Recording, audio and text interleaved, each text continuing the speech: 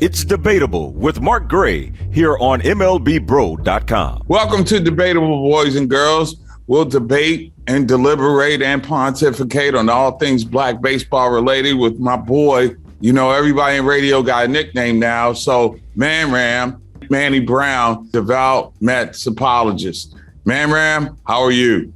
Man-Ram, that's a good nickname for me, man. Manny Ramirez is one of the best right-handed hitters I've ever seen. Steroids or not, so that's a good nickname. You had to invoke that. Steroids or not, you know, I still got to throw it out there because for some that plays a role. But nah, man, appreciate you having me on as always, man. Are we looking at the Yankees right now as a team that's peaking, heading towards postseason, looking to make a real run at the World Series title? I know they have an easy schedule, but you know there's going to be some sort of a market correction, you know, as we get to September and those bodies start to get worn out. There's going to be a little bit of a market correction. So I don't know if they can keep this pace up. I mean, I think they're playing like 700 baseball in the last, 20-something days. I don't know if they're going to be able to keep this pace up, but yeah, I think you definitely have to consider the Yankees at least one of the favorites to come out of the American League. The Yankees were beating themselves early in the season, and now they're beating up on other people. So there is no debate. The Yankees are in it for the long haul. I wouldn't want to see them. I don't care who I am. And barring injury, a Yankee Tampa Bay American League Championship Series would be outstanding. So let's talk about the Mets. Who's the most responsible for their demise? Is it the team's offense? Is it the team's front office, or is it the team's owner? It's been the offense all year. Right. They go out, they spend money. You bring in a kid like Lindor, and again, not 100%, but, they can't get clutch hits. And when your owner is calling you out for your professionalism at the plate, that just speaks volumes. My problem with him speaking out is that he has empowered a front office led by Sandy Alderson.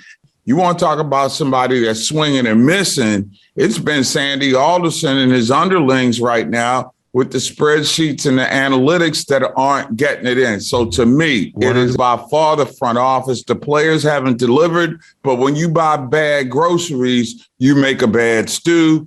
All right, let's get away from the Big Apple and talk about Miguel Cabrera for a second. Miggy goes with the 500th bomb.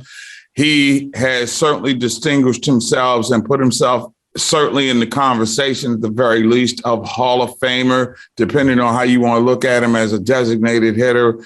Of the MLB bros that are in the league right now, who's the first to 500? Man, great question. I've been thinking about this for a while. And of the bros right now, I mean, I think you have to consider, is it too early to start throwing, Vladdy Jr. on the list, on the pace there? I mean, he's certainly got the talent and the ability if he stays out. I mean, obviously a lot of this is talent and longevity, and that's durability and all the things that go into that. But I think if he stays healthy and productive, I think Vlad is someone that's going to be. Obviously, we're still way early in this to be throwing these guys out there. But, if he stays consistent and healthy, I think Vlad Jr., I should say. Fernando Tatis Jr., I think, is another one that comes to mind. Probably a little bit more. I'm trying to think of a third name out there.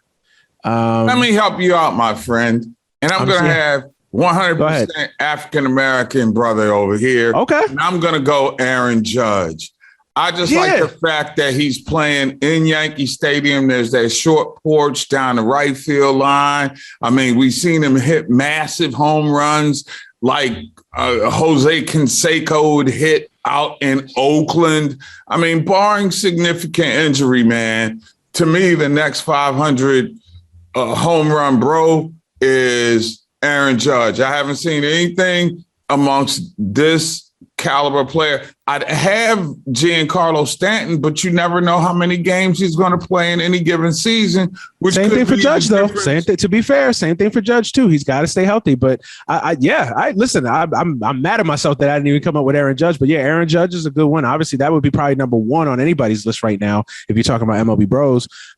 Also, I would say Stanton. I think Stanton has a good chance. Even with the injuries, I think later on in his career, if he latches on somewhere as a full-time DH, he can still. If anything, he can still hit home runs at a prodigious rate. So, I think Stan and Judge are probably the 1 and 2 on that list. And I'll be interested to see whether or not, as he fills out and really grows into his body and matures, because I think that Tim Anderson is still growing. He's still pretty young. Yeah. But when he fills out and gets that, GAM strength, grown ass man strength, you're going to really see some shots, especially on the south side of Chicago when it's muggy, if they're smart enough to lock him up. That's debatable for this week. For my boy Man Ram, I'm Mark Gray. Remember, you leave that weak stuff out on the plate, we're going to take you deep. Deuces. MLBBro.com, covering black and brown major league.